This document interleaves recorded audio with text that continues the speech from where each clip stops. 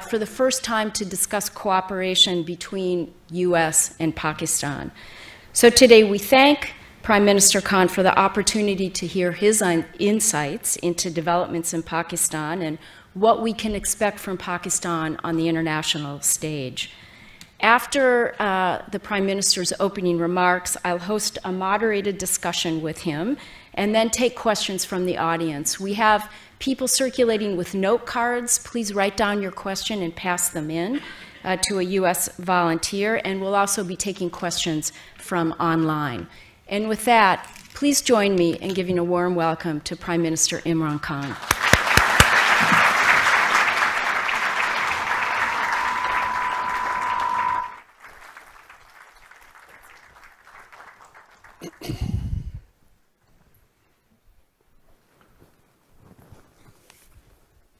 Thank you very much, Nancy.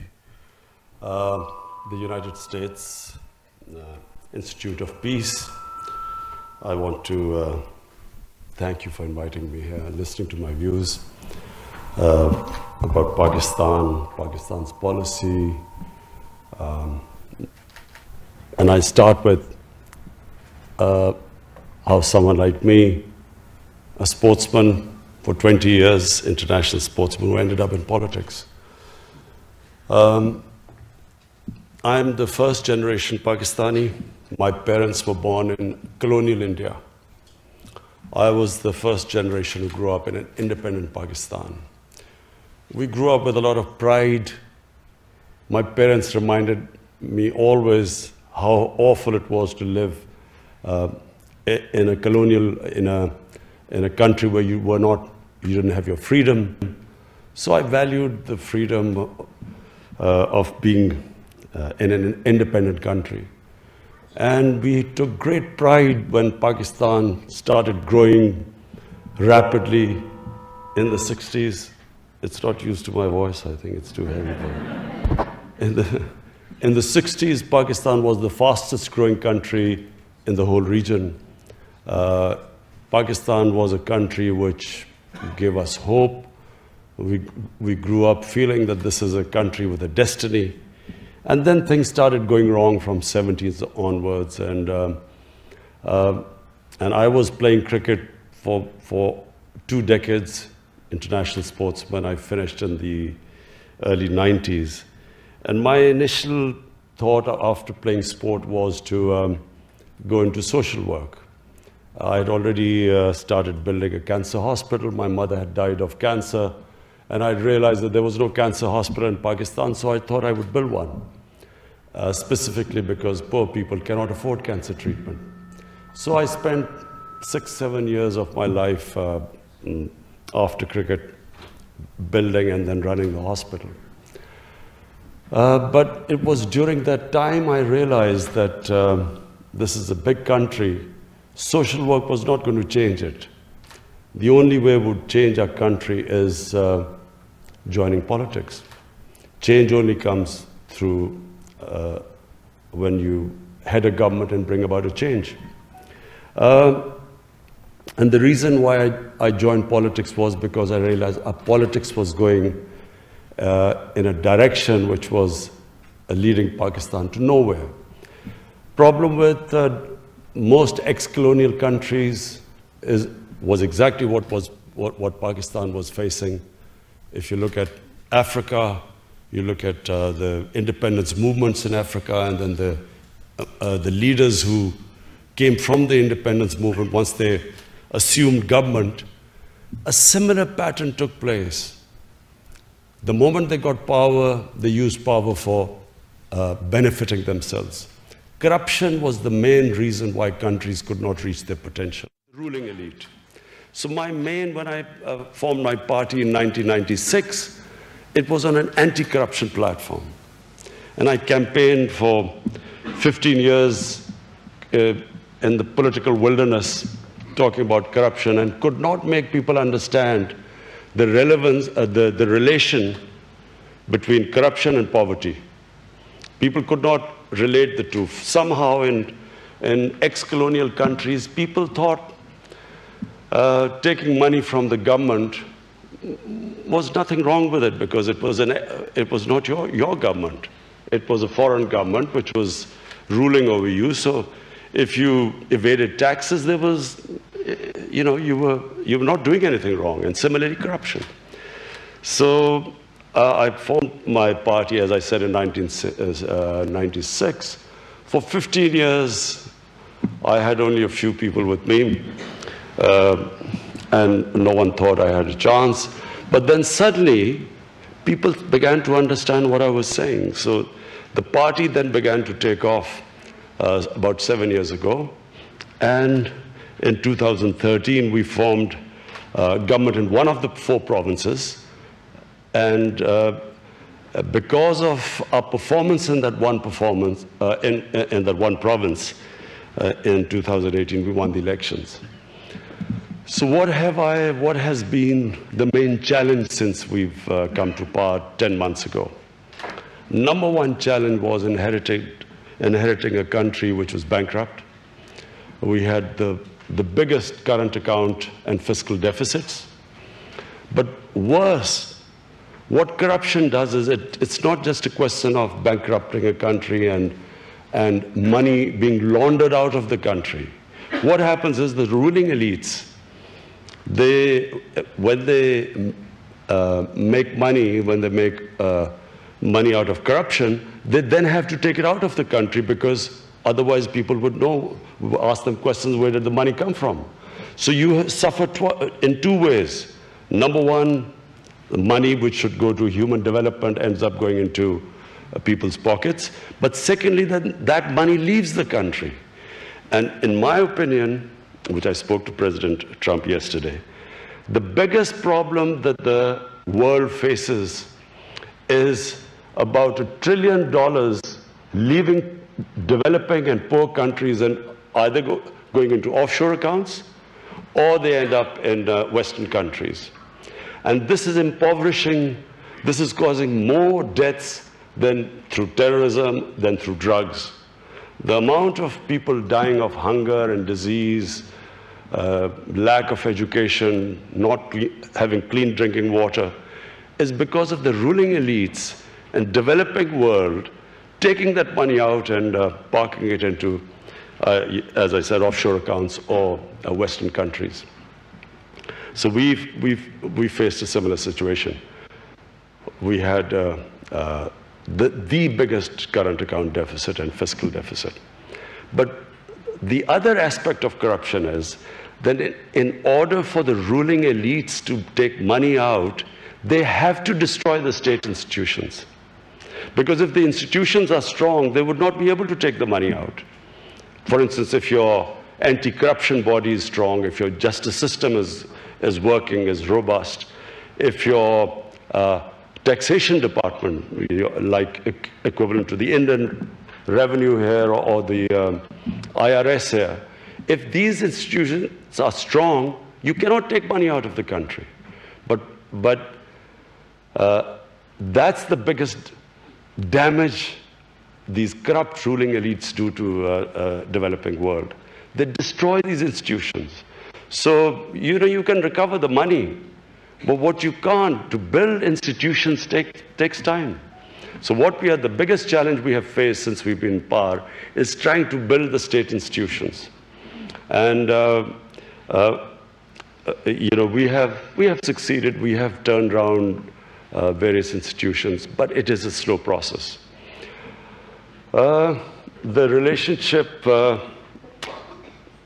which we've had with our neighbors, the other priority we have tried to instill in Pakistan amongst the people is that we must have good relationship with all our neighbors. Because Pakistan at the moment, most of all, needs stability. We need stability for economic progress. We need peace. And so for peace, we need to have a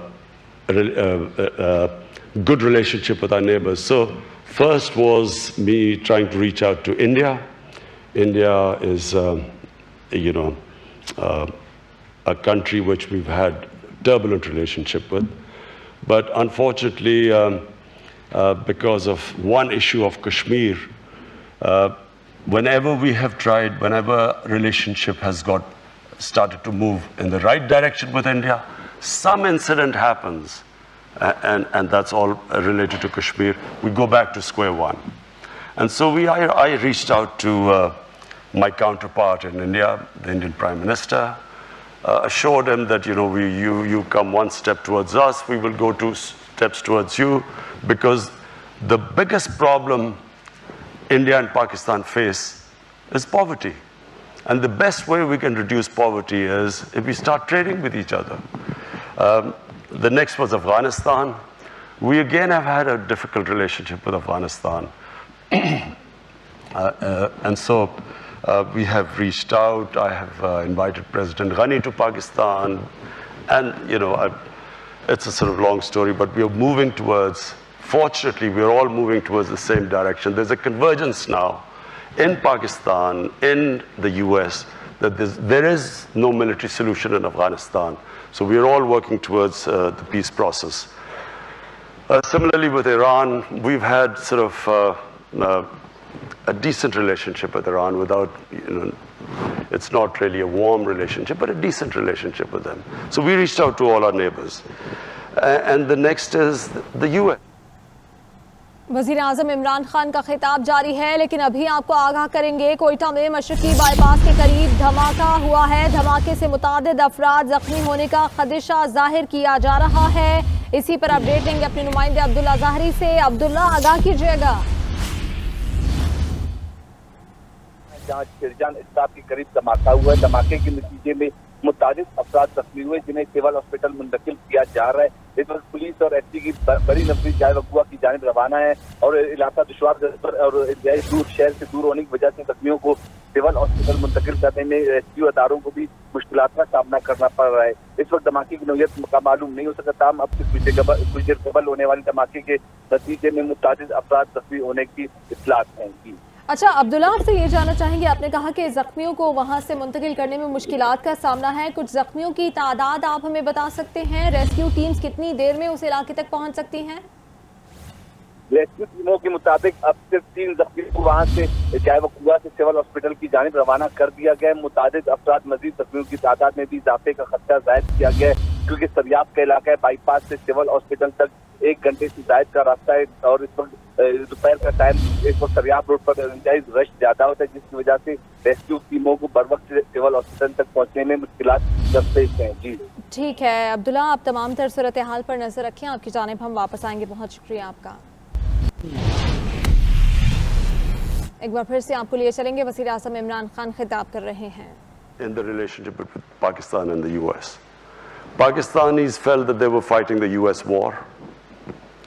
It was no Pakistani was involved in 9/11. Taliban were in Afghanistan, Al-Qaeda was in Afghanistan, but Pakistan ended up involved in that war, and we lost 70,000 people. We lost over $100 billion lost to our economy. And yet there was mistrust. Pakistan felt it was doing its best. It could have stayed out of the war, and yet Pakistan participated in the war, and Pakistan took a battering. There was a point when people like us thought, are we going to survive?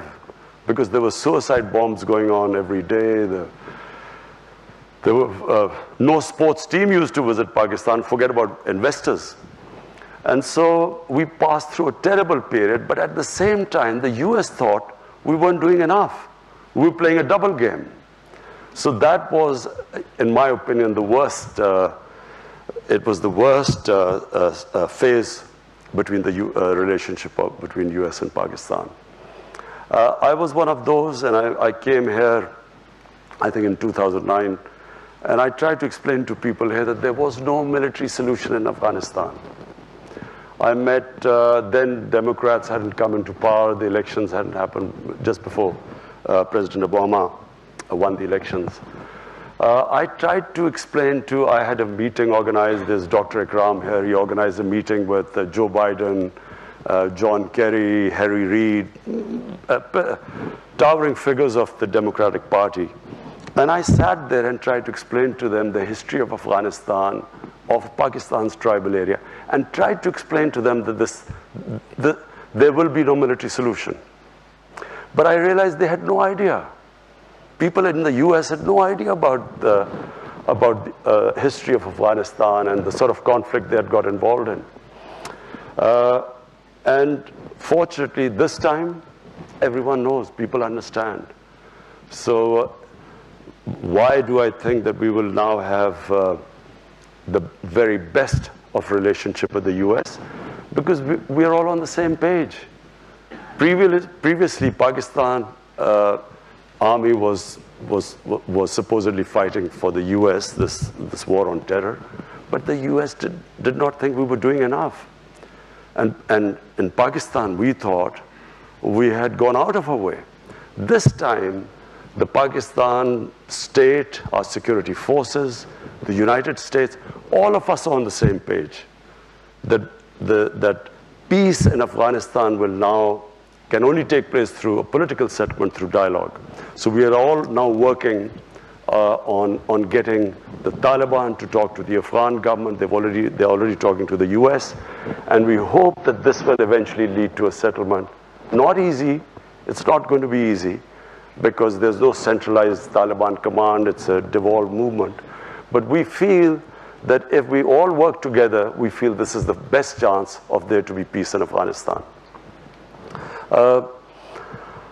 Apart from that, domestically, just one final word before I take your questions. I've struggled these 23 years to get into power. Most of these, as I said, in wilderness, political wilderness. I was not fighting political parties. I felt I was fighting a mafia.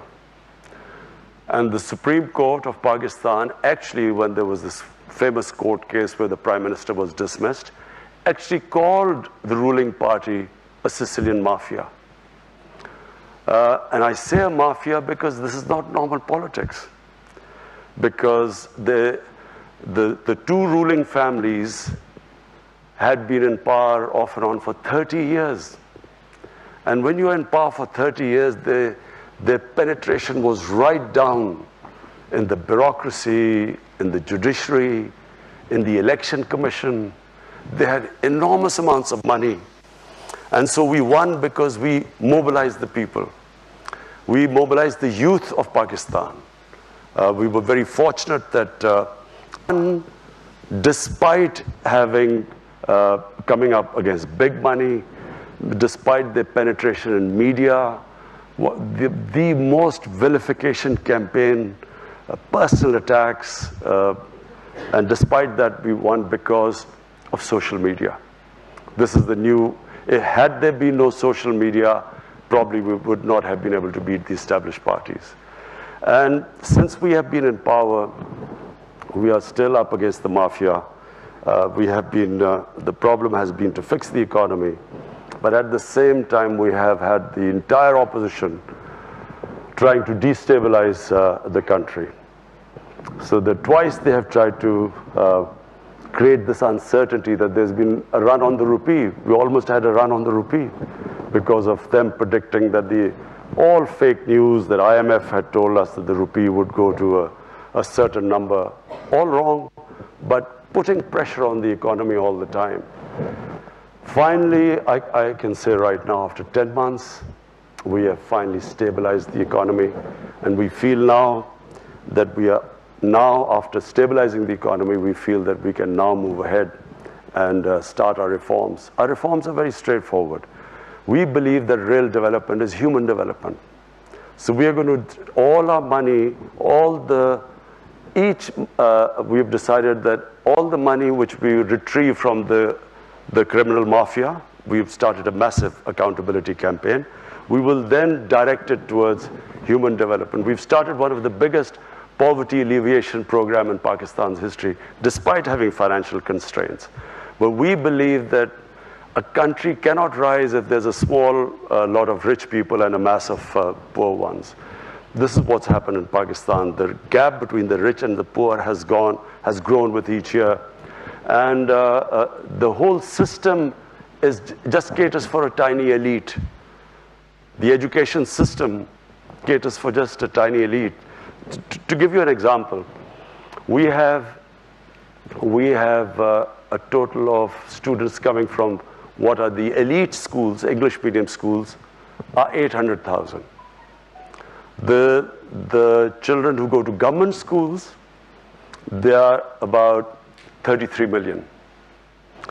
And then children who go to Dini madrasas is 2.5 million. So we have three-tiered system. So the first thing our government is trying to do is to synthesize the syllabus, bring in science subjects, other subjects into Dini madrasas, which are the religious schools. So bring them into the mainstream. Similarly, in the Urdu medium schools, teach them English so that we equip them for higher education. So we're trying to bring the education system, which is the biggest problem our country faces and the most difficult problem. So that's number one. Secondly is the Pakistan taxation system. We have the lowest tax GDP ratio in the world.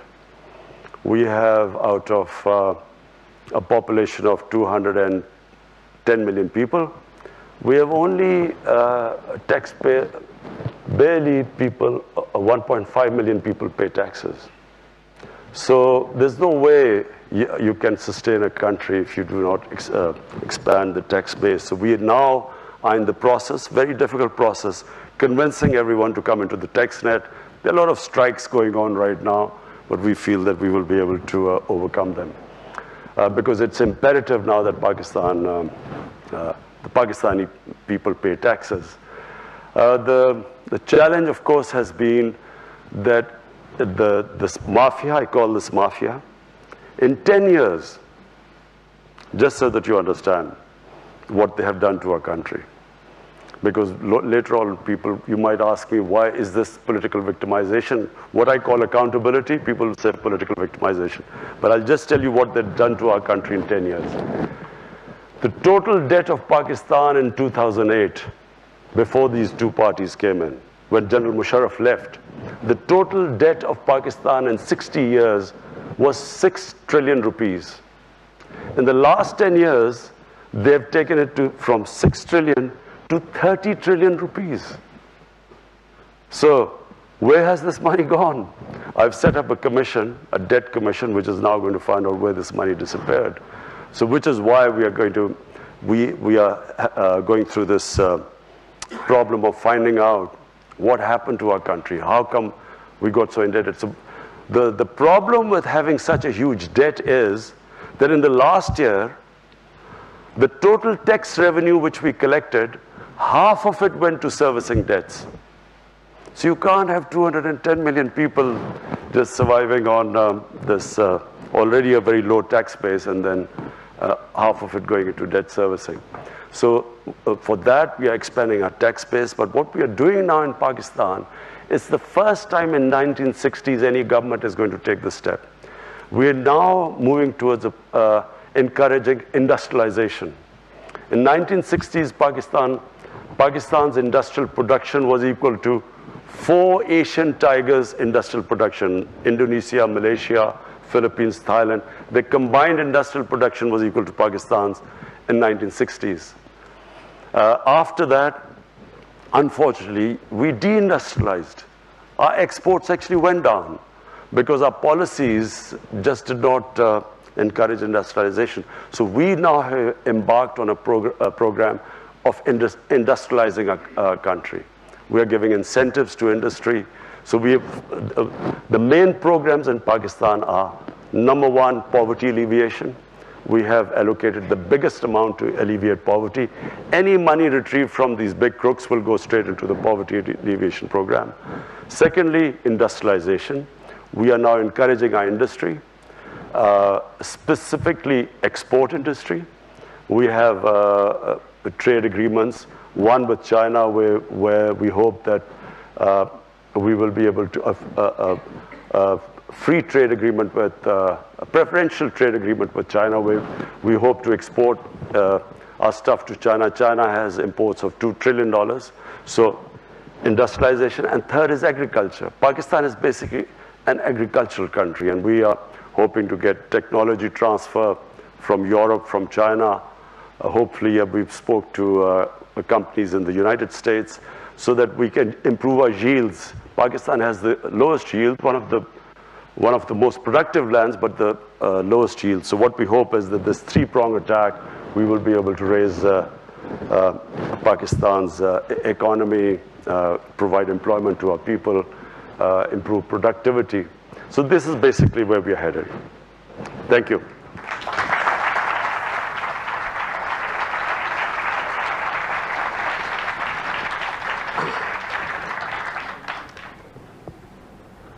Thank you, Prime Minister. Thank you for a very rich view of the challenges you're facing and the approach that you're taking. I wanted to start, you gave us a taste of your meetings yesterday with President Trump, and in the past you've spoken also about your commitment to take a different approach to U.S.-Pakistan relations than previous Pakistan leaders. And I'm curious if you wanted to say a bit more about what is the difference with your approach and how's that resonating during this visit in Washington, and how do you see the future between U.S. and Pakistan? You see, Nancy, I always felt that the relationship between Pakistan and the United States was never multi-pronged. It was basically a transactional relationship. So, for instance, in the 80s, Pakistan was fighting the jihad against the Soviets. And so the US was helping Pakistan, was providing aid. And Pakistan was, the various groups created in Pakistan were then conducting attacks inside Afghanistan against the Soviets. The moment that the Afghan jihad ended, the US packed up and left. And not only did they leave, Pakistan was slapped with Pressler sanctions. So Pakistan then was left with 4 million Afghan refugees, a number of militant groups which had been created to fight the Soviets, all dressed up and nowhere to go. We had heroin, drugs that were used at some point to pay for the fighting in Afghanistan. So Pakistan, then first time we had these sectarian attacks and sectarian militant groups, which were first time we heard of sectarian attacks inside Pakistan.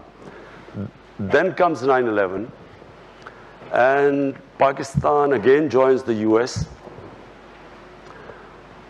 I was then, I only had one seat in parliament at the time, and I remember when General Musharraf was consulting all of us that the US wants us to join them in the war. I opposed it. I thought Pakistan should stay neutral. And I'll tell you why I thought Pakistan should stay neutral. We had created these jihadi groups in the 80s. We had indoctrinated them in the idea of jihad. That foreign occupation in Afghanistan, it was a religious duty to fight them. So all these groups, including Al-Qaeda, had arrived in Pakistan. Now comes 9/11, then the US invades Afghanistan. And now we are trying to tell these same groups who had close links with the Pakistan army, because they were created by the Pakistan army, now we are telling them that no, it's because the good guys are there, it's no longer jihad. Now, obviously, a lot of them turned against the Pakistan army because Pakistan army was then trying to neutralize them. So what we went through, and I just briefly mentioned earlier, it was the worst time in our history. These groups turned against the Pakistan army and the state of Pakistan. And not only that, there were linkages clearly there were linkages between these groups and the Pakistani security forces, because they had created them. So we had insider attacks, we had, the GHQ was attacked, generals were killed, ISI headquarters were attacked. The army at one point, the army could go in military clothes or with military cars. It was that bad at one point. And then, of course, the second thing was the tribal areas We should never have sent army into the tribal areas, because the tribal area per capita was the most weaponized area in the world. For people who don't know, tribal area is the border between Afghanistan and Pakistan. It was always an autonomous area. The British never occupied it during their rule since 1890. So it was an autonomous area. It ran by its own rules.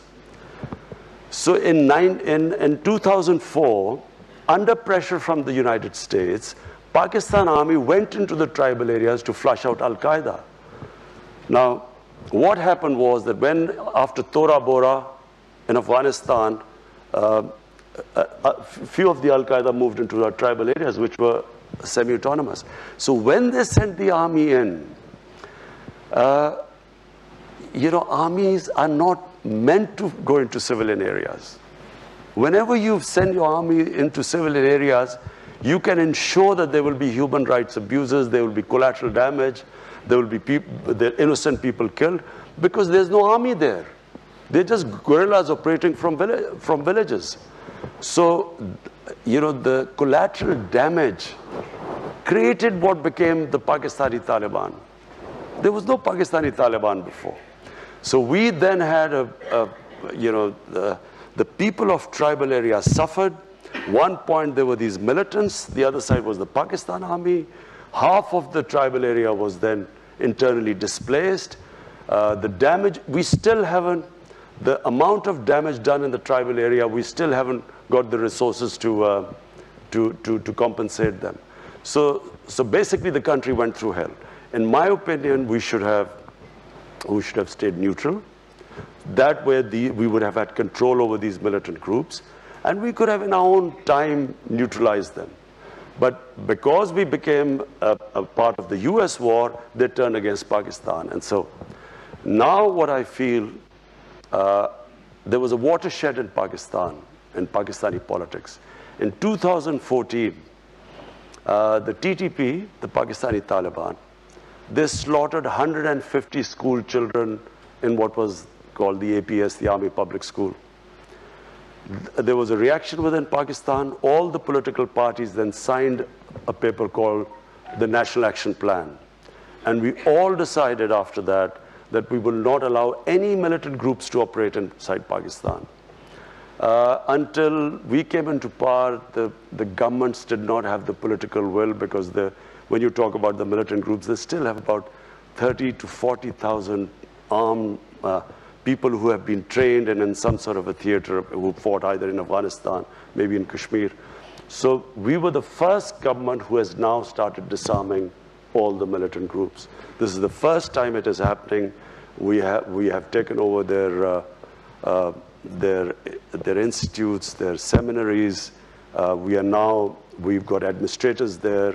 So it is the first time in Pakistan that we have decided there will be no armed militias inside our country. Which relates to the next question I want to ask you, and it's been in the news a lot. It's clearly a significant element in US-Pakistan relationships, and that's what you referred to as well, the ongoing Afghan peace process, and the possibilities that we might actually have some breakthroughs.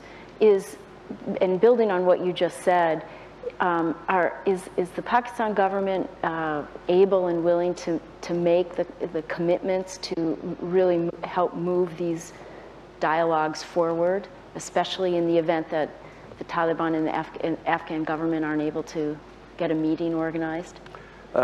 It's just for people's benefit. The fear amongst the Pakistan military establishment was always that there would be a two-front situation. So there would be, the Eastern Front, which is India, and then if Afghanistan was also in the Indian sphere of influence, then Pakistan would be sandwiched between these two. And so this was always the worry about the Pakistan military establishment, and which is why they wanted what was called the strategic depth. But this has changed. Today, there is no concept in Pakistan of strategic depth, because we feel that by interfering in Afghanistan, in order to secure the strategic depth, we have actually done a lot of damage to our own country, and for no rhyme or reason, we have become partisan in Afghanistan's internal affairs. Now, and I speak for Pakistan Army because, you know, normally there was that, you know, there's Pakistan Army is this independent entity and, you know, the governments have no control over it. I can sit here and tell you that as I speak, the Pakistan Army is exactly behind the government's program. Whatever our policies from day one we've arrived, peace with India, they were behind. When I decided to release the Indian pilot who had been shot down in Pakistan, the army was right behind me. So we today speak as, you know, that there's no difference between the policies of the Pakistan security forces or the Pakistan's democratic government. And we believe that we should not ever interfere in the internal affairs of Afghanistan. Let the Afghans decide what they want, what sort of government they want, and we should facilitate the peace process. So this is the big difference now. Okay. We are all on the same page, and fortunately now that the United States is on the same page too, because, you know, after, you know, the Einstein's definition of madness, trying to do the same thing over and over again and expecting a different result, 19 years of conflict. And if they had gone, thank God for President Trump, I mean, this could have gone on for another 19 years without any result. But it sounds like you're willing to use your leverage with the Taliban to facilitate the peace process. You see, which is a big welcome change. The Taliban delegation wanted to meet me a few months back, and when I became the Prime Minister. And it's because I always maintained that there was no military solution, while everyone else in Pakistan's political spectrum kept sort of agreeing that there was some military solution. So because of that, you know, I had a certain amount of credibility amongst them.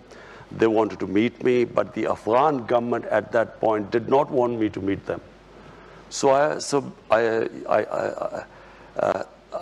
did not meet them, but now when I go back, after meeting President Trump, and also I've spoken to President Ghani, now I will meet the Taliban and I will try my best to get them to talk to the Afghan government, and so that the election in Afghanistan must be an inclusive election where the Taliban also participate in it. Great, thanks. I want to ask something that's very important to people here. And that is the view that in Pakistan, censorship and harassment of the press, of activists and dissenting voices of women is on the rise. And you just spoke very eloquently about a new Pakistan, talked about the inequalities that have plagued the economy. And I'm curious, what are your thoughts and commitments about also protecting the pluralism and the freedom of speech and of the media that's so important to a democratic Pakistan? Just let me say one thing. My government, and time will prove this, will be the most inclusive government in Pakistan ever. We will try, we have already now ensured full protection for our minorities. We have, I won't go into details, but there's one element where we still have a problem. But what we have done, no government has done before. And I'll give you an example, that there was this case of Asia Bibi. She was this Christian woman who was jailed, and no judge would try them because of blasphemy. And because of the strength of one particular group, which had the previous government was held hostage by the group. They came in and they literally blocked the roads, and people were scared of that group. So when the judgment was given to free her by the Supreme Court, the same group then threatened. They came out on the streets. They were rioting for 2 days, and you know, the stage was held hostage for 2 days. But this is the first government that on the next opportune moment actually took them out. We put them in jails. We just completely, and Asia Bibi was then safely, she came out and then she wanted to leave the country and we helped her. So all I'm saying is that this government you will see that it will treat its minorities as equal citizens. There is just one thing, I don't want to go into details, but there's one aspect, I can't talk about it, but we have still a problem. I'm not saying we've completely controlled the situation, but you will see that this is not out of worry about what the Western world or any other people say about us. It's because out of our conviction that our minorities, according to our religion, according to our constitution, are equal citizens. Now the media. You know, I have, my life, I went to university in England and I spent about 18 summers of my life in England. And I've seen the British media, very open, very free media. The Pakistan media, in my opinion, is even freer than the British media. There is the media in Pakistan, I mean, is not just free, but sometimes out of control. I can tell you that in Britain, no media would have published things like, or said on television things like the Pakistan media has done. I can tell you since I've been in power. I mean, imagine, I don't even think in America this would be allowed, even though the media has this love-hate relationship with President Trump, more hate than love sometimes. But imagine that, again, a prime minister of a country and this man sits on television and says that I can tell you that he's getting divorced tomorrow. So if there was some truth in it, you would, okay, if he had some knowledge. But there's only me and my wife living together. Where did he get this information from? But this sort of thing, I mean, in the olden days, I can tell you that this guy would have been beaten up. Nawaz Sharif's time, the previous prime minister, he had journalists beaten up. Asif Zardari, people were petrified of him. People would disappear. In my time, I went to the legal channels, I reported it to the media, I went into the court. All I'm saying is that what the media in Pakistan is, you will not find a media like that. And I remember the previous ambassador to Pakistan, him saying that the media was out of control. So what we need is to control the media, and not through the government, but through a media watchdog. At the moment, I mean, there are 2 or 3 things the media did. One is that they started reporting wrongly that the IMF had said that the rupee would fall, to a number they quoted. They almost, there was a run on the rupee. I mean, who would do that? First, you're fighting in the biggest economic crisis in your history.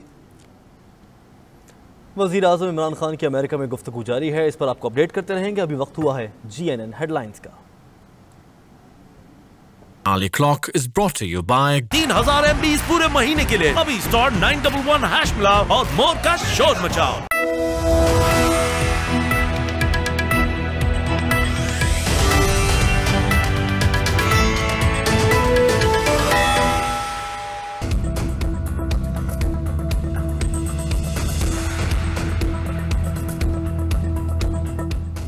साबिक हुक्मरानों को अदालत ने Sicilian mafia करार दिया। मेरा मुकाबला किसी सियासी जमात से नहीं, माफिया से है। पाकिस्तान की तनज़्ज़ुली की बुनियादी वजह करप्शन है। कर्जों की रकूम कहां गई कुछ पता नहीं। वज़ीर आज़म का अमरीकी थिंक टैंक से खिताब, कहा पाकिस्तान और भारत के दरमियान असल मसला कश्मीर है। डोनाल्ड ट्रंप से मुलाकात खुशगवार तजुर्बा रहा।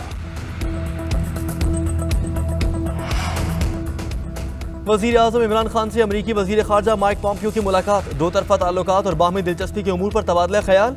मुलाकात में शाह महमूद कुरैशी भी मौजूद थे। इमरान खान की नैन्सी पेलोसी से भी मीटिंग तय। Army chief general Qamar Javed Bajwa भी आज अहम मुलाकातें करेंगे।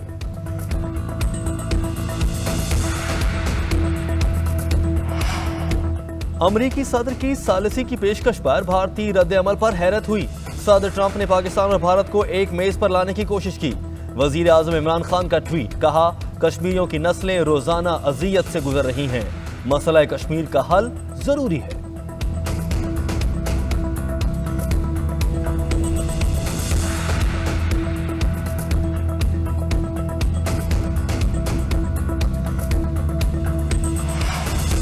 ट्रंप ने भारतीय मीडिया की दुखती रग पर हाथ रख दिया। कश्मीर पर मोदी की सालिसी की दरखास्त सामने आने पर भारतीय मीडिया का वावेला। भारतीय राज्यसभा में भी हंगामा। मोदी ने मुल्क की मफाद को ठेस पहुंचाई। शिमला मुआहदे पर धोखा दिया। वजारत खारजा का बयान नाकाफी है। कांग्रेस रहनुमा राहुल गांधी भी फट पड़े।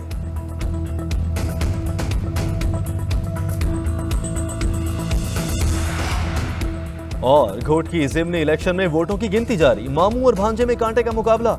आजाद उम्मीदवार सरदार अहमद अली 21,356 वोट लेकर आगे।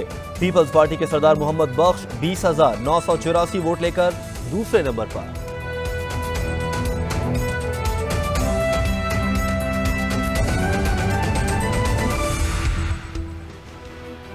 वजीर आज़म इमरान खान की गुफ्तगू जारी है। But we are already looking at it. There were 3 German NGOs which had left Pakistan, but after being cleared, they've come back, and we're looking at a case-to-case basis. I know there'd be great appreciation for that. So, number of questions, none of them small. Here's from Twitter. Any progress on restarting the U.S. security assistance? Some of these we can make rather short. No, I never asked for any assistance. Okay. Also asked for understanding, not assistance. Also from Twitter, what's an ideal Kashmiri solution from the Pakistan perspective, and one that you believe the Pakistan people will accept? I think it should not be the Pakistani people anymore. It should be what the people of Kashmir want. And that really is the only solution. What do the people of Kashmir want? And presumably a process that surfaces that and enables it to take hold. Do you know, I'm told, because we had 3 foreign ministers who were in other parties who joined us. One of them, of course, is Shah Mahmood Qureshi. And 2 of them told me that actually they came pretty close in the time of General Musharraf and when Mr. Vajpayee was the Prime Minister of India. Apparently, they came pretty close. There was some sort of convergence on a phased movement on Kashmir, on sort of various steps to be taken, and over a period of time, some sort of a referendum. Anyway, but I don't want to say anything right now because it's a delicate issue. But there is a solution, and the solution has to be with the will of the people of Kashmir. So you covered this, but I see about 4 questions going back to this issue of media censorship. And here's one particularly that talks about TV channels are taken off, journalists are facing threats, the party's official Twitter routinely cautions journalists of committing treasons. So in a country where many journalists have been killed, do you think such rhetoric will enable and incite violence and directly affect the freedom of the press? Do you know, Nancy, I am probably one of the biggest beneficiaries of the media. When we had free media, I gained the most because I was, until then, until 2001, there was only one television, and that was the national television, PTV, which was totally a government-controlled television. So with the independent channels coming in, I became the biggest beneficiary because we didn't have any money. I mean, my party was pretty small for a long time. So I was able to go on television and give my point of view. And that's how my party gained, because I had a way of conveying my manifesto, how I would deal with various issues. So there is no question in Pakistan of ever clamping down on the media. I can just tell you that. There is no question. What happens is sometimes, and I will, now that you keep asking, you were stuck on media, so I'll just go, I will just tell you a bit of truth about the media.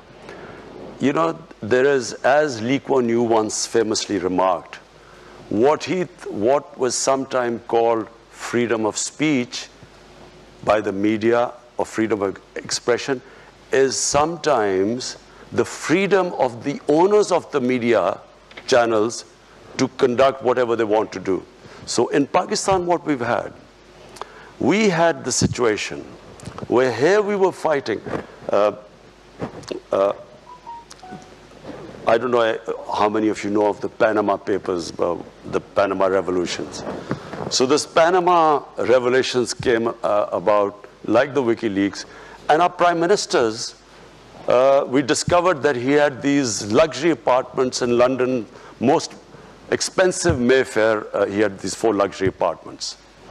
So like a opposition, like anywhere in the democracy, we asked him, where did you get the money to buy these flats? And then started this whole movement to get him to answer these questions. Now, there was a court case in the end, and in the court, he was convicted. But do you know there was a media channel, one of the most powerful media channels, they did everything to protect him. Now, this is not what a media is supposed to do. The media did everything. They covered up for him, not just protecting him. I, who was asking my democratic right, a question to asking someone, where did you get the money? I was attacked. Personal attacks. I mean, the sort of attacks I faced, no political leader I challenged, no political leader would have gone through the sort of personal attacks they went, because, you know, they couldn't attack me on my, on integrity, so they went on these personal attacks. So this is not normal for media to do this. Media is not supposed to do this. Media is supposed to be a watchdog, to bring out, you know, play the role of an opposition. But they're not about personal attacks and trying to blackmail you. We just had another case right now. There's a judge who convicted the previous prime minister. Now this judge, the opposition brought out a video blackmailing him about him with some compromising video with some woman.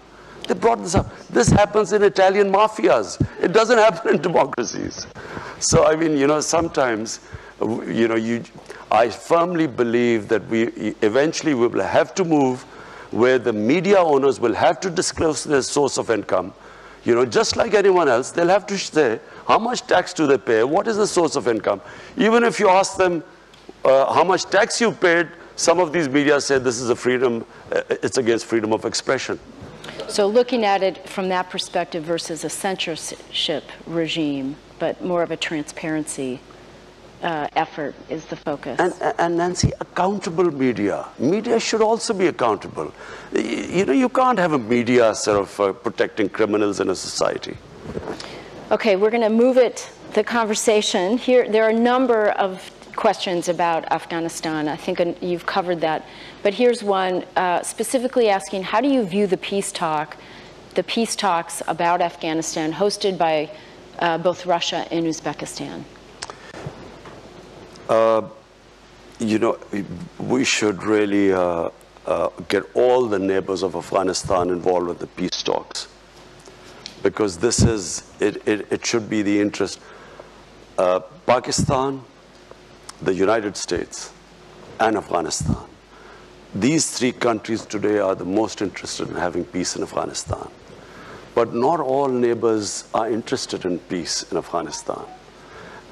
Because, you know, for various reasons, people have their own, other countries have their own agendas. So I firmly believe that the US should try and co-opt as many countries as possible. Because there will be people who will be trying to, you know, put a spanner in the works. And so if the neighbors are all involved, there's a much better chance of the talks going smoothly. And speaking of neighbors, there's a question saying, and you mentioned this in your opening remarks, what role can Pakistan play in easing the rising tensions with Iran and a number of other countries, including the United States, without damaging some of your other relationships? How are you thinking about that? You see, Pakistan is, you know, we're really indebted to Saudi Arabia, we're indebted to UAE, because the way they came forward, you know, when we were confronted with this when we took over government, we only had 2 weeks of foreign exchange reserves.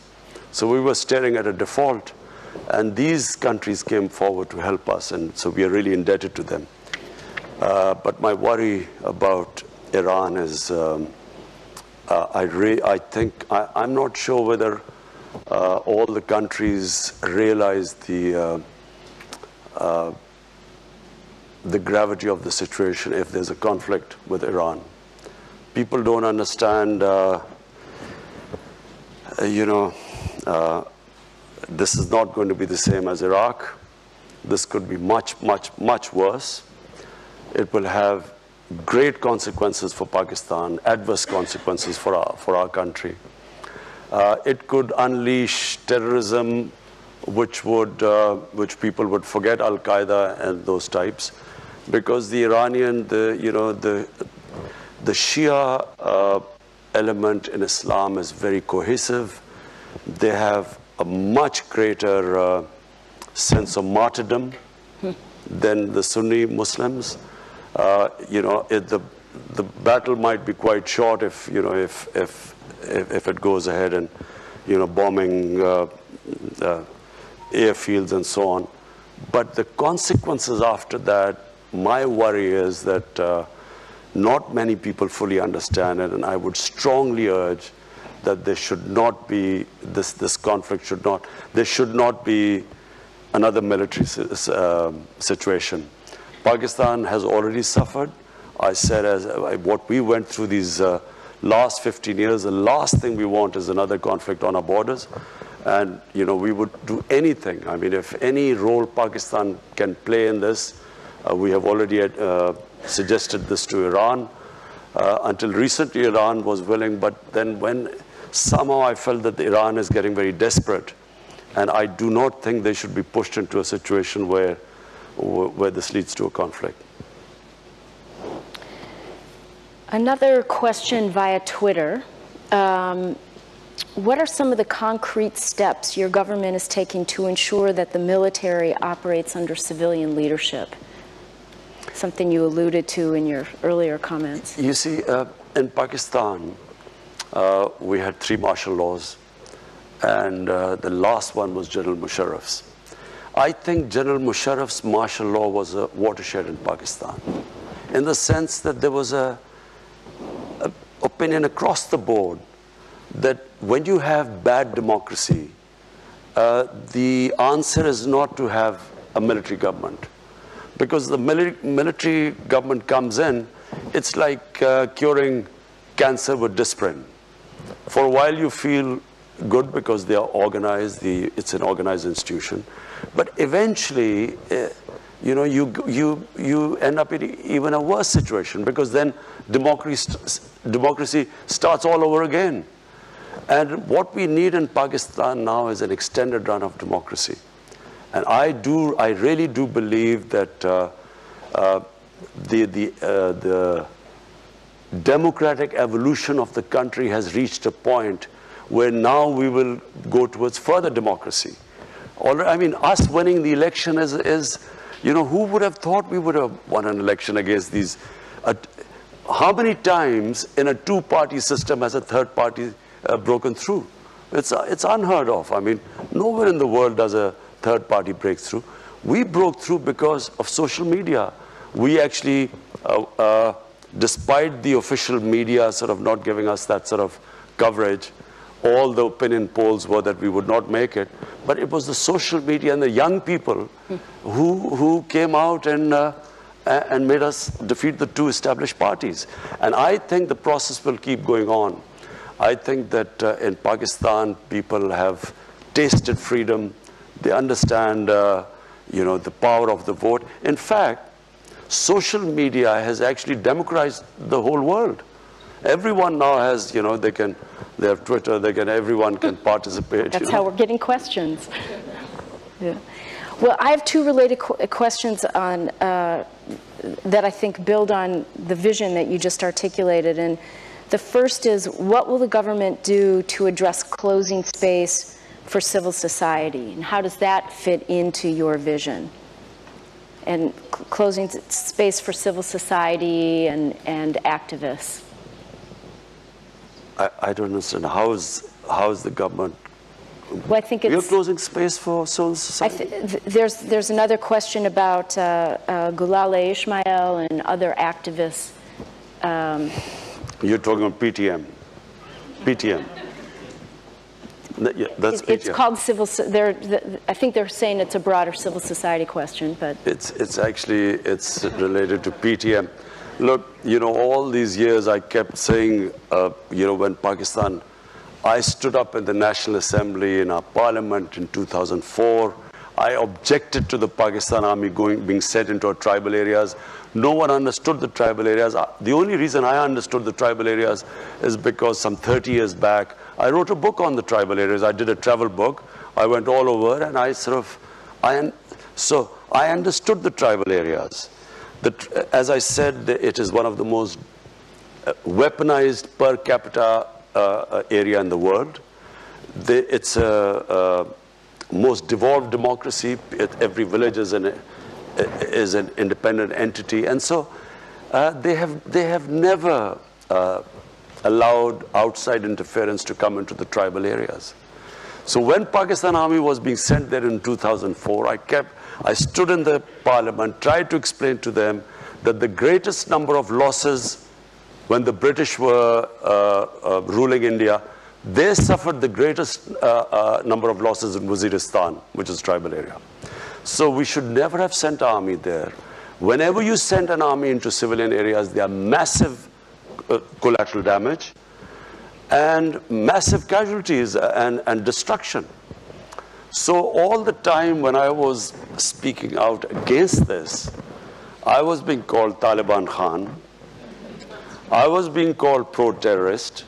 General Musharraf, I remember, in a meeting said that I am a terrorist without a beard. And so once this whole thing was over, this young Pashtun movement started. And this Pashtun movement was correct, what they were saying. The area was devastated. The people of the tribal areas, I mean, half of them were internally displaced. Their shops were gone. Most of them relied on livestock. Livestock disappeared. The whole area was, as it is, tribal areas before 2001, 75% of the people were under the poverty line. So after this military action, they even went further down. So we had this young movement and movement stemming out of anger. And they, of course, they blamed the Pakistan army for all the devastation there. And we've just had elections in the tribal area now. We've just had, first time in Pakistan's history, the tribal area has been assimilated with Pakhtunkhwa, a province. And first time we've had election, and I'm very pleased to say that PTI won the election. But we have now injected the greatest amount of money in the tribal areas to develop it. Never has so much money been allocated for development there. But you know, the reason why there were problems was that the PTM leadership started attacking the army. And they kept attacking the army, and the last thing happened was that they actually, civilians charged an army post, there were few people killed, and that's why there were restrictions. But now it's settling down because we've had a peaceful elections in the tribal areas. So I think we will now move on. Yeah, I think the question was probably triggered a bit by the New York Times article about the harassments and arrests of this Gulale Ismail family and friends. I wish that they would, the New York Times would also take the other point of view. Now I'm sounding like President Trump.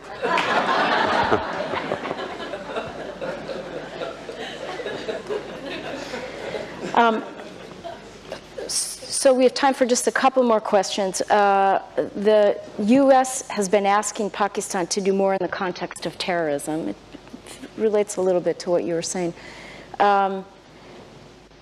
They particularly were asking Pakistan to do more in the context of GEM. And after the arrest of Hafiz Saeed, is this it? Will he stay in custody this time, or will he be allowed to go off again? Now, you ask, first, we want an independent justice system, and you want me to predict what the justice system would do. Now, look, let me just say, I repeat one thing again. It is in the interest of Pakistan that we do not allow any armed militias in our country. We have suffered. The country has suffered sectarian attacks. We have had the worst situation. It has affected our investment. Pakistan has not, it has destabilized us. This whole thing, Pulwama, what happened in February last year, it was clearly an indigenous thing. It was a Kashmiri boy radicalized by the brutality of the security forces. He blew himself up. But because this group claimed responsibility, which was in India as well, Jaish-e-Mohammed was operating in India, but Pakistan suddenly came in the limelight. So even before this had happened, we had already decided that we would disarm all militant groups in Pakistan. And it is in Pakistan's interest, I repeat, it's in our interest, because the country has had enough of militant groups. You know, we had ethnic groups, militant groups. We had, in Balochistan, we still have militant groups operating. Then we had these various religious groups. So there is a decision now, and by the way, it is across the party. Every political party has signed the National Action Plan. Pakistan is now determined, and you know, normally it was said that the security forces patronize the groups. The security forces, we would not be disarming them if the security forces were not standing behind us. You cannot disarm because the police is incapable of disarming these groups. They are trained. I mean, they have, these people have experience of fighting in Afghanistan, some in Kashmir. The police cannot go after them. So it's the army that is helping us disarm all militant groups in our country. Mr. Prime Minister, you have been very generous with your time. We have so many more questions that we won't be able to get to. Thank you, everybody, for your questions. But before we close, I want to ask one last question, which is, this is your first visit here as Prime Minister. We have a very distinguished audience here of policymakers, people in and out of government, people who care deeply about the U.S.-Pakistan relationship. What final message would you like to leave as a closing thought for everyone? I would like to, my message from my trip, first trip as the Prime Minister to the U.S., I would like to have a relationship between the two countries of mutual trust. I would like to have a relationship as equals of friendship, not as it has been before, where Pakistan has sort of been, you know, it's like Pakistan wanting aid from the US, and then as for aid, Pakistan is expected to do certain things. The reason why I'm happy leaving the US this time, because we have a relationship now based on a mutual interest, which is peace in Afghanistan. And, you know, if someone asked that, will you get this funds? I hate the idea that we would be asking for funds, not US, from anyone. Because aid has been one of the biggest curses for my country. What it has done is, it has created the dependency syndrome. We have become, you know, when I went on my first trip to Saudi Arabia, I came back, what have you got from there? As if I'd gone there to beg for money. And I think it's humiliating for a country. Countries rise because of self-respect and self-esteem. No countries rise by begging and borrowing for money. So my relationship with the US would be, I would like a relationship with, a dignified relationship with the US, where never again should we ever have that humiliating phase. I can tell you as a Pakistani, never did I feel more humiliated when Osama bin Laden was taken out in Pakistan by the US troops. Never did I feel more humiliated, because here was a country which was supposed to be an ally. and our ally did not trust us. So as a Pakistani, it was, for every Pakistani, it was humiliating. We never want to be in that same position again. We want to have a relationship of friendship. And it doesn't matter, you know, friend can be rich and the other can not be so rich. But so what? You know, it's about a dignified relationship, and that's what I hope to have with the US.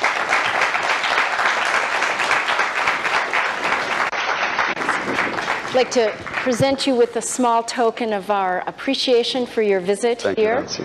Invite you to come back and wish you all the best. Please join me in thanking the Prime Minister. Thank you.